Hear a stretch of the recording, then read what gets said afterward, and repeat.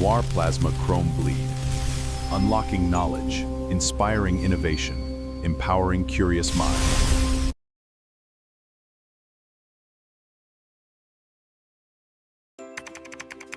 This website makes learning so easy. I found all my resources here.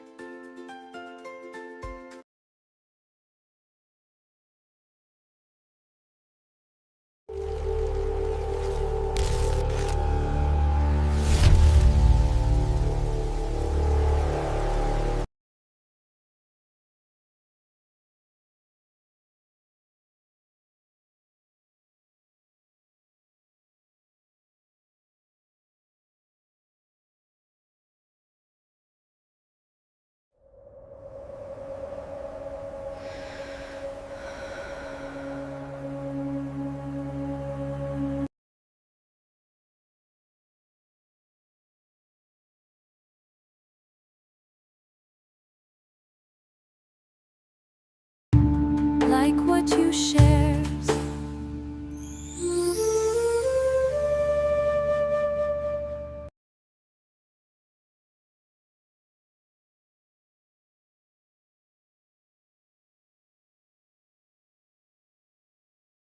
Welcome to this explainer. You know, if you've ever taken an undergrad calculus course, you know the drill. It's mostly about mechanical integration, right? You find the right formula, you turn the crank, and boom, you get an answer. But what happens when you step up into the postgraduate math curriculum at the Indian Institutes of Technology, the famous IITs? Well, you basically leave all those mechanics behind and you step directly into the architecture of logic itself. Today, we're unpacking a rigorous, foundational framework that beautifully bridges real analysis, functional analysis, and applied classical mechanics. Okay, let's dive into this. It's probably the most profound question you can ask in elite mathematics. Before you spend hours, or let's be honest, even years, trying to calculate an answer to an initial value problem, how do you mathematically guarantee that an answer is even allowed to exist in reality? And maybe more importantly, how do you prove it's the absolutely only answer? That right there is the fundamental bedrock of quantitative differential equations. So think of this explainer as a syllabus for building a massive mathematical skyscraper. We're going to start with the IIT curriculum architecture, then ask, do solutions even exist? From there, we'll move up to tracking systems with matrices and Wronskians. After that, we'll tackle the physics of oscillation, solving the unsolvable, and finally, look at the textbooks and applied horizons that make it all possible. All right, part 1, the IIT curriculum architecture. Our first stop is the curriculum structure itself. And this isn't just some random collection of classes. It's a highly engineered transition, specifically designed to totally rewire how a student thinks about mathematical spaces and operators. The master's syllabus across premier IITs is broken down into 4 structural units. Unit I lays down the absolute theoretical bedrock with existence and uniqueness theorems using metric space completeness. Then, Unit 2 introduces linear systems and differential operators. Unit 3 shifts gears into qualitative theory and boundary value problems. And finally, Unit 4 tackles power series and special functions. This specific curriculum acts as a strict gateway. It guarantees that students absolutely must formally prove mathematical convergence before they are ever allowed to touch applied dynamic systems or chaotic physical models. Moving right along to part 2, do solutions even exist? Let's slow down for a second and really look at that foundational bedrock, the fundamental mystery of initial value problems. Now, what's really interesting about this slide is how it translates a purely abstract mathematical concept directly into physical reality. To guarantee a unique solution, a continuous function has to satisfy something called the Lipschitz condition. Imagine the constant L here as a sort of mathematical speed limit. It strictly caps exactly how fast a function can change relative to its inputs. Because without this speed limit, the deterministic predictability of the universe essentially breaks down. Reality would literally spin completely out of control. And this brings us to a really fascinating contrast. The Picard-Lindelöf theorem guarantees a unique, deterministic solution, but it demands that strict Lipschitz bound. On the flip side, the Cauchy-Peano theorem only requires pure continuity. It guarantees a solution exists, sure, but it strips away the uniqueness entirely. Let me give you a mind-bending counterexample right from the source material. Take the equation dy over dx equals y to the power of 2/3, starting with an initial value of 0. Because its derivative is unbounded near zero, it flat out fails the Lipschitz test. The result? Reality basically splits. You get a trivial solution where y just equals 0, and a totally non-trivial solution where y equals x over 3, all cubed. It's the exact same starting point, but it yields two entirely different realities. Wild, right? Okay, part 3, tracking systems with matrices and Wronskians. Let's step onto the next floor of our skyscraper.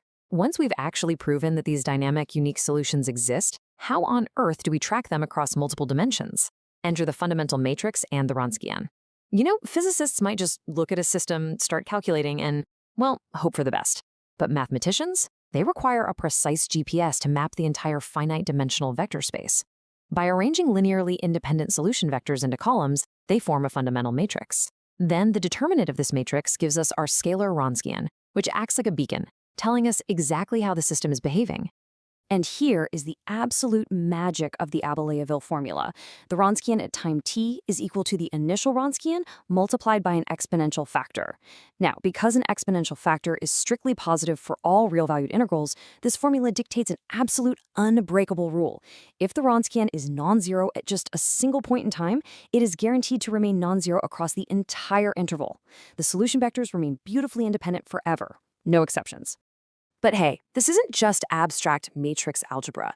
In physical dynamic systems, like Hamiltonian mechanics, if the trace of your matrix is 0, Liouville's theorem steps in and guarantees that the volume of the phase space is perfectly conserved over time. It is literally the underlying mathematical reason why divergence-free flows in physics behave the way they do in our real world. Which leads us nicely into part 4, the physics of oscillation. Let's shift focus to see how all this builds into the tangible, physical world around us. We're transitioning from matrices into how things actually move and vibrate. We model these physical vibrations using Sturm-Liouville boundary value problems. This theory dictates everything from how massive suspension bridges vibrate in the wind to how microscopic atoms behave. The properties we're looking at are basically non-negotiable rules of nature. Eigenvalues are real, simple, and unbounded. Eigenfunctions are strictly orthogonal. And, brilliantly, the nth eigenfunction will possess exactly n-1 simple zeros. This is the exact analytical basis used for infinite-dimensional spectral decompositions in modern quantum mechanics. So the crucial point is how we track the behavior of these waves without always needing exact closed-form formulas. The Sturm separation theorem proves that the zeros of two independent solutions will strictly alternate, kind of like perfectly spaced footsteps on a path. Meanwhile, the Sturm comparison theorem proves that if a system has a higher Q value, its wave is literally forced to oscillate faster, crossing the axis much more frequently. And we can apply this directly to Bessel functions, which, trust me, are notoriously complex. By using the Sturm comparison theorem and comparing the Bessel wave to a standard harmonic sine wave, we can quantitatively prove its behavior without getting lost in the weeds. If the parameter nu is exactly a half, it behaves just like a normal sine wave. If nu is less than a half, the Bessel wave is forced to oscillate faster than a sine wave. And if it's greater than a half, it oscillates slower. It's just an incredibly elegant way to understand complex physics purely through mathematical comparison. Okay, part 5, solving the unsolvable, special functions. Now we've arrived at the upper floors of our masterclass. What do we do when linear differential equations have variable coefficients and completely stubbornly resist any kind of simple closed-form solution? Well, the curriculum introduces the method of Frobenius. It's a highly procedural, algorithmic lifeline. Step 1, you identify a regular singular point. Step 2, you assume the solution takes the form of a generalized power series. And step 3, you find the roots of the indicial equation. Those roots, R1 and R2, they totally dictate the entire path forward.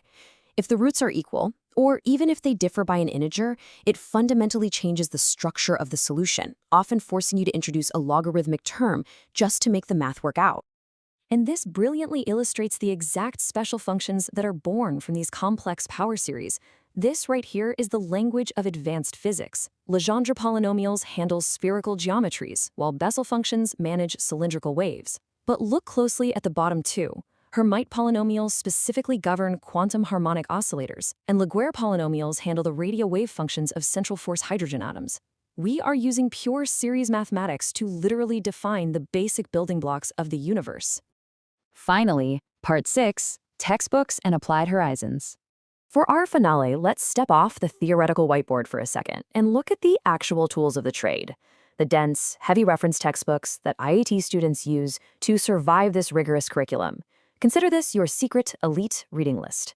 If you want maximum pure analytical rigor, you turn to Coddington and Levinson. If you want geometric intuition, you read Simmons.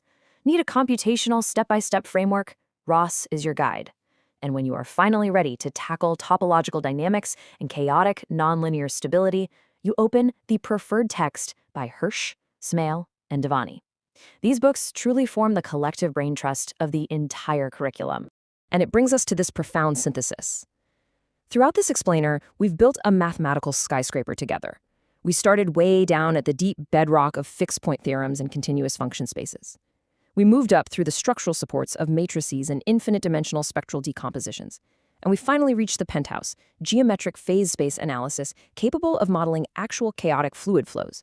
The theoretical framework taught across the IITs supports both pure mathematical research and applied scientific engineering. Which leaves us with this final provocative thought.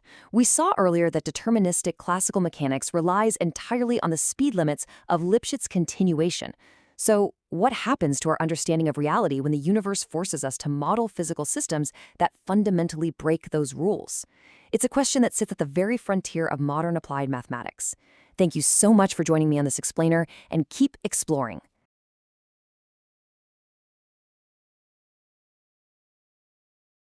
Like what you shared.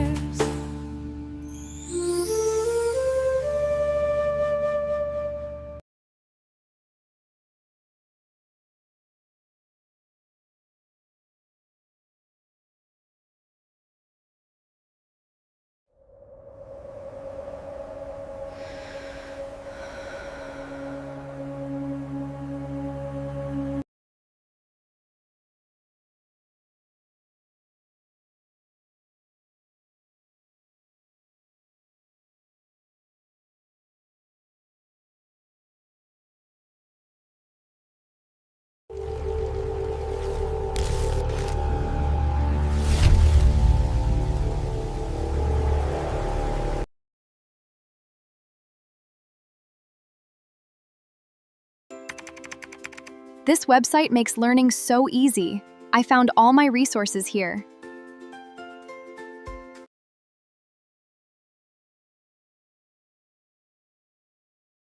Noir plasma chrome bleed.